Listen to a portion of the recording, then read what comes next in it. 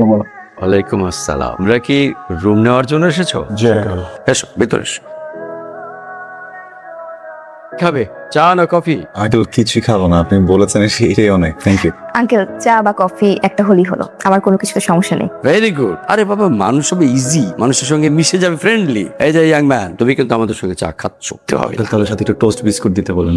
সে হবে। চলো, তোমাদেরকে আমার খুব পছন্দ হয়েছে। এক রুমের বাসা দেখে শুধু ব্যাচেলার চলে আসে। তোমাদের পেয়েছি, খুব ভালো হলো। আমি তোমাদেরকে রুম দিচ্ছি। তোমাদের বিয়েটা হয়েছে কতদিন হলো? দেখে মনে হচ্ছে ভেরি নিউলি ম্যারেড। কিছুদিন আগে মনে হয় বিয়ে হয়েছে না? গার্জেনদের ভয়ে পালিয়ে বেড়াচ্ছ। আমার দিক থেকে কোনো অসুবিধা নেই বাবা। তোমাদের কাবিন নামাটা আর এনআইডি কার্ডের ফটোকপি আমাকে দিয়ে দিও। আচ্ছা বসো, চা পাঠিয়ে দিচ্ছি, চা খেয়ে যেও। হ্যাঁ, আমি খুব টায়ার্ড। আমিও খুব টায়ার্ড, এত চেষ্টা করতেছি কিন্তু বাসায় পাচ্ছি না। যেখানে যাই ব্যাচেলার ভাড়া হবে না। আমার একটা কথা বলেছে, আমাদের ব্যাচেলারদের কপালে কি লেখা থাকে আমি ব্যাচেলার, আমি খারাপ মানুষ, অন্য গ্রহ থেকে আসছি, আমাদেরকে ভাড়া দিলে আমরা কামড় দিব। আমার বাক্সটা খুব দরকার। আপনার এনআইডি কার্ড বা পাসপোর্টের কপি আছে তো না? দেখুন, আমি কিন্তু কোনো রিস্ক নিতে পারবো না। এমনিতেই অনেক বড় রিস্ক নেওয়ার সিদ্ধান্ত নিয়ে ফেলেছি। আমি শিখি তো।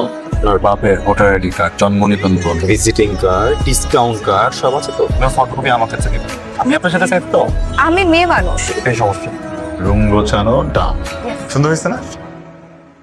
কি পছন্দ হলেন? হয়েছে। তাহলে একটা বিষয় তো বাকি, আমি তো মেয়ে মানুষ, আমার একটা কমফোর্ট জোন দরকার। আমি সব ধরনের পোশাক পরে আপনার সামনে থাকতে পারবো। তো পরার কি দরকার? সব ধরনের পোশাক পরে কি দরকার? এমনি এগুলো করবেন? আমরা রাতে ঘুমালে মরার মতো ঘুমাই। কার পোশাক কিভাবে থাকে বলা তো যায় না, আনকমফোর্ট ফিল হবে। আমাদের দুজনের বেডের মাঝখানে একটা পার্টিশন দিব, দুজনের বেডের মাঝখানে একটা পর্দা দিব, মানে অনেকগুলো পর্দা দিয়ে পার্টি। পর্দা?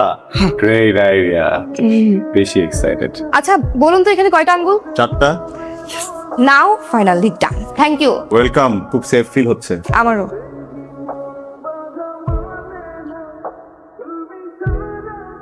আপনি কি নতুন ভাড়াটিয়া? জি আপা, আপনি কি বিবাহিতা?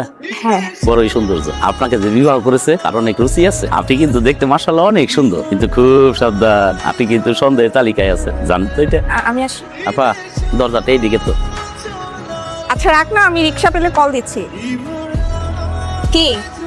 ওয়ালাইকুম আসসালাম। সুন্দর। এই যে আপনার যে দুইটা ভ্যাম্পায়ার দাঁত আছে না, আপনাকে আরো বেশি কিউট দেখে। আপনার কি মনে হয়? আপনি প্রথম না যে কিনা আমাকে এরকম কমপ্লিমেন্ট দিয়েছেন। এর আগে আমি আর এরকম কমপ্লিমেন্ট পেয়েছি, তো আপনাকে শুকুর। আপনি কি জানেন আপনি আমার সন্দেহের তালিকায় আছেন? মানে? মানে আপনাকে দেখে কোনোভাবে মনে হয় না যে আপনি বিবাহিত। সাবধানে থাকবেন। জি, আসসালামু আলাইকুম। ওয়ালাইকুম আসসালাম। আপনার শাশুড়ির নাম কি? আবিদা সুলতান। আবিদা সুলতান। ও আবিদা সুলতানা। আপনার শ্বশুরের নাম কি? জুলফিকার হক। জুলফিকার চৌধুরী। জুলফিকার চৌধুরী। Good night. আমাদের বিয়ে ডেটটা মনে আছে তো? 12 ডিসেম্বর। গুড। কিভাবে বিয়ে হয়েছিল? কিভাবে আবার পালিয়ে? বলেন তো, আমরা কয় ভাই বোন? 2 ভাই বোন। আপনারা? 3 বোন। আমরা যখন বাসা থেকে বের হব তখন কি করব? যে আগে বের হবো সে অপরজনকে জানিয়ে যাবে। কেন জানা যাবো? বাড়িওয়ালার কাছে যাতে দুজনের কথা দুই রকম না হয়। আমরা দুজন কিন্তু সন্দেহ তালিকায় কোনোভাবে বোঝানো যাবে। বোঝা গেল? আচ্ছা, আমি 12-র দিকে যাব, আপনি? কারণ বাজারে যাবো। তো যান, পরে দেখা হবে। এই যে জিজ্ঞাসা, আপনি আমাকে চেনেন? জি না, চিনতে পারলাম না। আমি শালা। ওকে, শালা ভালো আছেন? আপনি কি আমার মস্করা করতেছেন? মানুষের নাম কখনো শালা হয়? আপনি তো বললেন আপনি শালা। আমি এই বাড়িওয়ালার একমাত্র শালা। আমার নাম হচ্ছে মোহাম্মদ রিপন সাহেব। রিপন সাহেব আঙ্কেল, ভালো আছেন? যে ভালো আছে, কিন্তু আমি যেটা 2 কানে শুনলাম সেটা কি ঠিক আছে? কি শুনলেন? এই যে আপনারা দুইজন আপনি আপনি করে কথা বললেন, স্বামী স্ত্রী কখন আপনি আপনি করে কথা বলে? তো মানে ও মাঝে মাঝে রাতের বেলা কেন যেন একটু করে বেয়াদবি করে। তুই তুকারি করছিল আমার সাথে সকাল থেকে, এই জন্য ওকে আপনি থেরাপি দিচ্ছি, শিখতে পারে যে কিভাবে হাজবেন্ডের সাথে কথা বলছি, তাই না বলেন? হ্যাঁ, এই যে আমরা আবার মিলে গেছি। এইভাবে মিলেমিশে থাকবেন, খুব সাবধান। আপনারা দুজন সন্দেহের তালিকায় আছেন। জি, আসসালামু ওকে, দোয়া করবেন আমাদের। চলো। ছেলেটা মনে হয় খুব চালাক, কবে যে আমার দুলা বাইরে খেয়ে দেয়। খালি তাকায় থাকে। বাবা কিছু বলছে? জি। দাঁড়ায় আছেন কেন? চাপো। এই যে যা সন্দেহ করেছিলাম তাই। আচ্ছা, আপনি এত অভিনয় কিভাবে করেন? মানে? আপনাদের দুইজনের থাকার স্থান আলাদা, মাঝখানে পর্দা দিয়ে পার্টিশন দাও, আবার বিয়ে বিয়ে অভিনয় করছেন। এটা কি জানেন? এটার নাম অভিমানী দেয়া। বউটা আছে না, অনেক অভিমান করে। যখন যখন অভিমান করে আমাকে তো বিছানায় ঘুমাতে দেয় না, ওখানে পরে কোনো রকম ভাবে রাতটা কাটাই দেয়। এই জন্য আমি একটা ফিউচার প্ল্যান করে ফেলছি, একটা বেবি নিয়ে নেবো। তখন আমাদের মাঝ থেকে এই অভিমানের দেয়ালটা সরে যাবে। টুকবে কি হয়েছে, আপনাদের এই ফিউচারের গল্প বাদ দিয়ে আমার এই বিষয়গুলো সমাধান করে দিন। জলে না, আমাদের না হওয়া পর্যন্ত আসলে শরীর মাথা সব জলে। সাপোজ আমরা হচ্ছে গিয়ে ধরে নেই যে এবি এ, এখানে বি। এবি পুরোটা কি এ টার্মিনাল থেকে বি টার্মিনাল পর্যন্ত। আসসালামু আলাইকুম। এক্সাম কি অভিমানী, সালামের উত্তরটা পর্যন্ত নেয় না। কোথায় ছিলাম? এখানে। আসসালামু আলাইকুম। উনি কে? বাড়ি বলো মেয়ে স্টুডেন্ট পড়াই। ওই শিক্ষার্থী, তুমি কে দাঁড়ায় বসো, শিক্ষক আসিতে। আমি ফোন দিব না তোকে, পড়ে তুমি শিওর ফোন দিবা তোমাকে? 100% ফোন দেবো।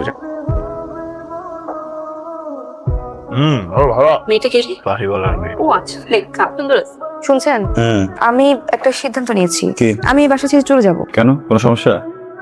আমি আপনার সাথে ইনসিকিউর ফিল করছি। যেই ছেলের এক এক দিনে এক একটা মেয়ে লাগে, তার সাথে সিকিউর ফিল করা যায় না। আমার নিজেকে নিয়ে রীতিমতো ভয় হচ্ছে। দেখেন, আপনি আসলে ভুল বুঝতেছেন। দেয়ালের এক সাইড দেখে যদি একটা ধারণা করে ফেলেন তাহলে তো হবে না। কিন্তু আমাকে কোনো প্রশ্নই করেন না এই ব্যাপারে। আপনার কথাই মেনে নিন, আমি ভুল দিচ্ছি। কিন্তু আমি যে দেখলাম একজন মেয়ে আপনার বুকের মধ্যে শুয়ে আছে, আরেকটা মেয়ে আপনাকে মুখে তুলে খাইয়ে দিচ্ছে, সেটাও আমি ভুল দেখেছি। এগুলো দেখে না আমি আসলে ইনসিকিউর ফিল করছি। আমি এখানে থাকতে পারবো না। আপনি যে মেয়েটাকে দেখেছেন, এটা তুমি কি করলা? কি করছি? তুমি ঢাকায় এসে বাসা নিয়ে লুকায় লুকায় থাকতেছো? আমি যদি লুকাইতাম তুই খুঁজে পাইতি? পেলাম। একটা কথা বলবো? বলো। I am sorry. It's okay, মানলাম মা একটু অন্যরকম, তাই বলে তুমি আলাদা বাসা নিয়ে থাকবা? কাজটা তুমি মোটেও ঠিক করো।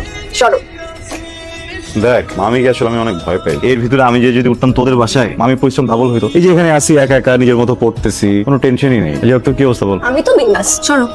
কি করতেছিস? শুরু করলে হালান দিচ্ছি। কেন? ছোটবেলা আমাকে কম করে নিছো তুমি? ছোটবেলা যখন তোকে কোলে নিয়েছি 5 পাউন্ডের একটা বাচ্চা ছিলি, 500 পাউন্ডের একটা মেয়ে হয়েছে, এত বড়। সর। আমি বড় হইনি, আমি এখনো ছোটই আছি। ও আসলে আমার মামাতো বোন। ছোটবেলা থেকে আমরাই কোলে পিঠে করে মানুষ করছি। আমার কোলে কত হিসু করছে, এই সেদিনও কোলেই দিচ্ছিলাম। সাইজে তো বড় হয়ে গেছে, এই জন্য আপনি ভাবছেন না তোমার বুকে মাথা দিয়ে আছে। আর যে আপনাকে মুখে তুলে খাইয়ে দিচ্ছিল, তুইও নীলি বলছে সবটা। নীলি না বললে আমি জানলাম কি করে তুই এখানে আছিস? আচ্ছা, তুই যে এখানে একটা বাসা নিয়ে থাকতেছিস, আমাকে তো জানাবে, আমি কি মরে গেছি? যাই হোক, গরম আছে, চাপ চাপ চাপ চাপ ভিতরে থাকতে দেখো। তবে কিন্তু কাজটা একদম ভালো করিস না। কি? এই যে এইভাবে একা একা একটা বাসা নিয়ে থাকা শুরু করলি, বাবা কিন্তু বিষয়টা একদমই ভালোভাবে নেয়নি, মেকআপ করেছে। আচ্ছা যাই হোক, বাদ দে, একটা সিরিয়াস বিষয়ে আলাপ করবো তোর সাথে। আমার না বিয়ে ঠিক আছে। আলহামদুলিল্লাহ, কংগ্রেচুলেশন। এগুলোকে দেখতে মনে হয় আমার তো হ্যান্ডসাম নাকি বুইড়া খাড়াইশ টাকাওয়ালা। দুজনই আসলে আমার মামাতো বোন। সমবয়সী তো দুজন, ছোটবেলা থেকে একসাথে বড় হয়েছি পিঠাপিঠি। যাই হোক, সত্যটা জানালাম। দোয়া করি যেখানে যান ভালো থাকবেন। জানেন আমার জীবনটা খুব অদ্ভুত। বাবা ভাবি কেউ নেই। আমি যখন খুব ছোট তখন আমি আমার মাকে হারাই আমার ভালো থাকার জন্য।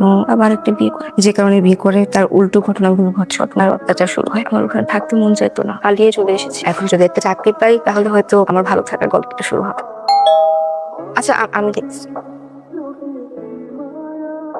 আপু, আপনাদের দুজনকে আমার বাবা এখনই ডেকেছেন।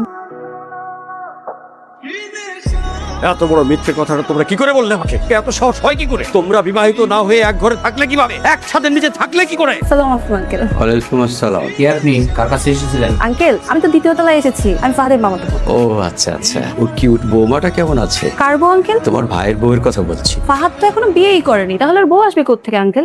আপনার মধ্যে কোথাও একটা ভুল হচ্ছে। হতে পারে মা, বয়স হয়েছে তো, আমি হয়তো কমই শুনেছি। ও কিন্তু খুবই ভালো ছেলে আঙ্কেল, অনেক ব্রিলিয়ান্ট। আমি তাহলে আসি আঙ্কেল, ভালো থাকবেন, দোয়া করবেন।